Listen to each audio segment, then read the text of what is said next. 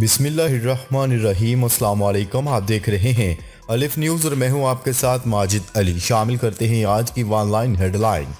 جنگی جنون میں مبتلا بھارت نے اگنی پرائم میزائل کا تجربہ کر لیا۔ بھارتی میڈیا کی رپورٹ کے مطابق اگنی پرائم میزائل کا تجربہ اڑیسہ میں کیا گیا۔ اگنی پرائم میزائل 1000 کلومیٹر سے لے کر 2000 کلومیٹر تک ہدف کو نشانہ بنا سکتا ہے۔ یہ بھارت کی جانب سے اگنی پرائم میزائل کا دوسرا تجربہ ہے۔ اگنی پرائم میزائل کا وزن اگنی 3 میزائل سے 50% کم ہے۔ جنگی جنون کا شکار بھارت ہتھیاروں کی مسلسل خریداری اور میزائل تجربات کی وجہ سے خطے کے امن اور سلامتی کے لیے خطرہ قرار۔ OIC وزراء خارجہ اجلاس۔ افغانستان کے وزیر خارجہ اسلام آباد پہنچ گئے۔ افغانستان کے عبوری حکومت کے وزیر خارجہ امیر خان متقی اسلام آباد پہنچ گئے۔ افغانستان کی صورتحال پر ہونے والے OIC وزراء خارجہ اجلاس میں شرکت کریں گے۔ وزیر مملکت پارلیمانی امور علی محمد خان نے افغان وزیر خارجہ امیر خان متقی کا استقبال کیا۔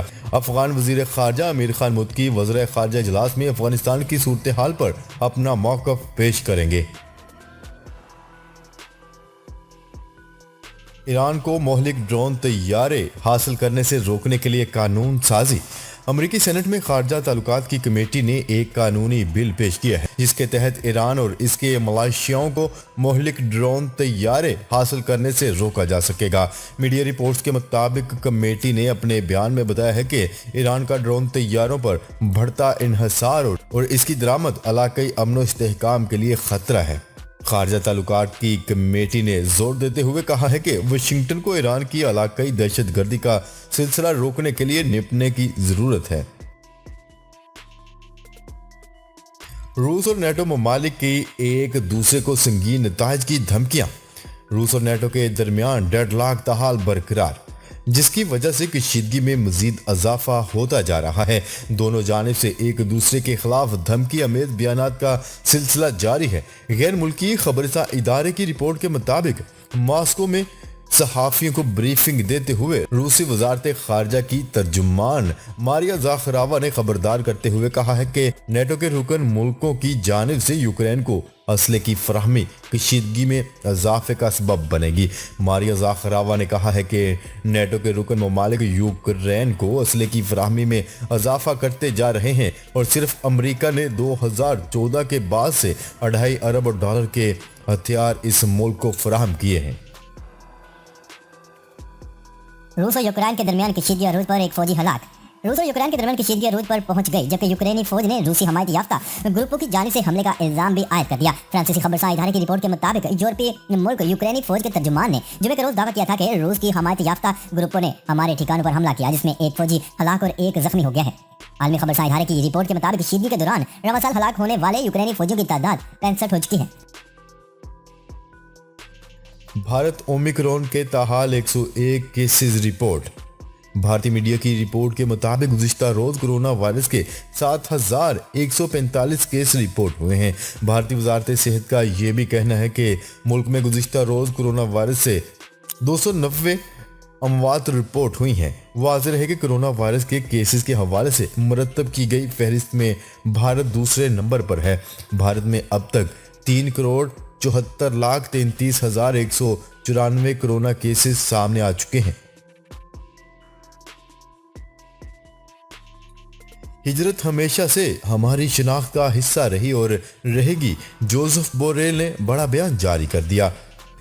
دنیا بھر میں 18 دسمبر مہاجرین کا عالمی دن منایا گیا۔ اس سلسلے میں یورپی خارجہ امور کے سربراہ جوزف بوریل اور یورپین کمیشن کا کہنا ہے کہ ہجرت ہمیشہ سے ہماری یورپی شناخت کا حصہ رہی ہے۔ مہاجرین کے عالمی دن کے حوالے سے اقوام متحدہ کی ذیلی ادارے انٹرنیشنل آرگنائزیشن فار مائیگریشن کے مطابق صرف گزشتہ سال 2020 میں 281 ملین افراد مہاجرین کے طور پر تھے۔ اس لحاظ سے یہ تعداد پوری دنیا کی آبادی کا 3.6% بنتی ہے۔ ادارے نے اس سال کا تھیم انسانی نقل و حرکت کی صلاحیت کو بروئے کار لانا رکھا ہے۔ اقوام متحدہ میں نمائندگی کے لیے طالبان کی دوبارہ درخواست۔ غیر ملکی میڈیا کی رپورٹ کے مطابق افغانستان کی سابق حکومت کے سفیر نے اقوام متحدہ میں نشست چھوڑ دی ہے، جس کے بعد طالبان نے ایک بار پھر اقوام متحدہ سے اپنا سفیر بھیجنے کی اپیل کر دی۔ طالبان رہنما اور اقوام متحدہ کی نشست کے لیے طالبان کے نامزد سفیر سہیل شاہین کا کہنا ہے کہ یہ نشست اب افغانستان کی نئی حکومت کو ملنی چاہیے۔ یہ اقوام متحدہ کی تشخیص کا معاملہ ہے۔ افغانستان میں موجود حکومت خود مختار ہے۔ طالبان نے 20 دسمبر کو اقوام متحدہ سے سہیل شاہین کو افغانستان کے نئے نمائندے کے طور پر تسلیم کرنے کی درخواست کی تھی، جسے اقوام متحدہ نے رد کر دیا تھا۔ بحری جہاز کو دھکیلنے والی دنیا کی پہلی پتنگ کا کامیاب تجربہ۔ ایک کمپنی کے مطابق اگر دیو ہیکل بحری جہازوں پر بادبانی کشتیوں کی طرح ہوا میں معلق پتنگ لگائی جائے تو اسے ایندھن میں بچت ہو سکتی ہے۔ اس طرح بادی قوت کا کچھ حصہ جہاز کو دھکیل کر ایندھن پر انحصار کم کر سکتا ہے۔ اب ایئر سیز نامی کمپنی نے ایئر بس کارگو شپ پر اس کا کامیاب تجربہ کیا ہے۔ فرانسیسی کمپنی کی اس اختراع کو اگلے ماہ آزمایا جائے گا، جس میں مختلف ڈیزائن کے چھوٹے بڑے بادبانوں کو مال بردار جہازوں پر نصب کرنے کا منصوبہ ہے۔ افغانستان کے منجمد اثاثے بحال کریں، امریکی کانگریس کے 37 ارکان کا حکومت کو خط۔ امریکی کانگریس کے 37 ممبران نے امریکی سیکرٹری خارجہ اور سیکرٹری خزانہ کو خط لکھ دیا۔ افغانستان کے منجمد اثاثے اقوام متحدہ کے ذریعے افغانستان کے حوالے کرنے کا مطالبہ کر دیا گیا۔ خط کے متن میں کہا گیا ہے کہ عالمی اداروں کو افغانستان میں کام کرنے کی اجازت دی جائے۔ افغانستان میں 1,84,00,000 افراد امداد کے منتظر ہیں۔ بھوک کے باعث بڑے پیمانے پر ہجرت کا خدشہ ہے۔ پاکستان کے لیے 10,95,00,000 قرض کی منظوری۔ عالمی بینک کے مطابق پاکستان کو قرض کے لیے منظور کی گئی رقم توانائی کے شعبوں میں ریفارمز اور بہتری کے لیے خرچ کی جائے گی، جبکہ بجلی انفراسٹرکچر کی تقسیم کے سسٹم میں بہتری کے لیے رقم کا استعمال ہوگا۔ ماہرین کا کہنا تھا کہ مسلم لیگ کے دوران حکومت میں بجلی کی پیداواری صلاحیت بڑھانے پر کافی کام کیا گیا، لیکن ترسیلی نظام کی بہتری کے لیے زیادہ اقدامات نہیں اٹھائے گئے۔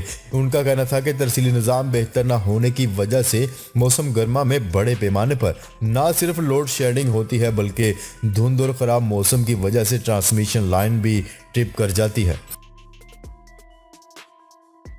دنیا غیر مستحکم افغانستان کی متحمل نہیں ہو سکتی، army chief general Qamar Javed Bajwa. Army chief general Qamar Javed Bajwa سے جرمن نمائندہ خصوصی برائے افغانستان اور پاکستان جیسپر وائک نے ملاقات کی۔ دونوں نے ملاقات میں علاقائی سلامتی سمیت باہمی دلچسپی کے امور پر گفتگو کی۔ ISPR کے مطابق آرمی چیف اور جرمن نمائندہ خصوصی نے افغان صورتحال بالخصوص انسانی امداد میں تعاون پر تبادلہ خیال کیا۔ Army chief general Qamar Javed Bajwa نے کہا ہے کہ پاکستان عالمی اور علاقائی امور میں جرمنی کے اہم کردار کو قدر کی نگاہ سے دیکھتا ہے۔ پاکستان جرمنی کے ساتھ اپنے تعلقات کو وسعت دینے کا بھی خواہاں ہے۔ یورپی یونین کا اومیکرون کے خلاف مؤثر ویکسین کی 180 ملین خوراک کے خریدنے کا فیصلہ۔ یورپی یونین میں شامل حکومتوں نے کرونا وائرس کی تبدیل شدہ نئی قسم اومیکرون کے خلاف مؤثر ویکسین کی 180 ملین خوراکیں خریدنے پر اتفاق کیا۔ یورپی رہنماؤں کے سربراہی اجلاس کے یورپی کمیشن کے سربراہ نے یہ اعلان کیا۔ بائیو این ٹیک فائزر کمپنی نے اومیکرون ویرینٹ کے خلاف مؤثر کووڈ ویکسین کا پروٹوٹائپ 25 نومبر کو تیار کر لیا اور کہا تھا کہ یہ ویکسین مارچ تک دستیاب ہو جائے گی۔ فلپائن میں سمندری طوفان 23 افراد ہلاک۔ غیر ملکی خبرساں ایجنسی کی رپورٹ کے مطابق فلپائن میں آنے والے سمندری طوفان نے تباہی مچا دی۔ سمندری طوفان کے باعث فلپائن کے کئی حصوں میں بجلی کی ترسیل تاحال معطل ہے۔ فلپائن میں شدید طوفان کے باعث معمولات زندگی بری طرح متاثر ہیں، جبکہ 3 لاکھ افراد محفوظ مقامات پر منتقل ہو چکے ہیں۔ واضح رہے کہ فلپائن میں رواں سال کا یہ 15واں طوفان ہے، جسے اب تک آنے والے طوفانوں میں سب سے زیادہ شدید سمجھا جا رہا ہے۔ ناظرین، اب تک کے لیے اتنا ہی۔ مزید خبریں لے کر بہت جلد آپ کی خدمت میں حاضر ہوں گے۔ تب تک کے لیے اپنا خیال رکھیے گا۔ اللہ نگہبان۔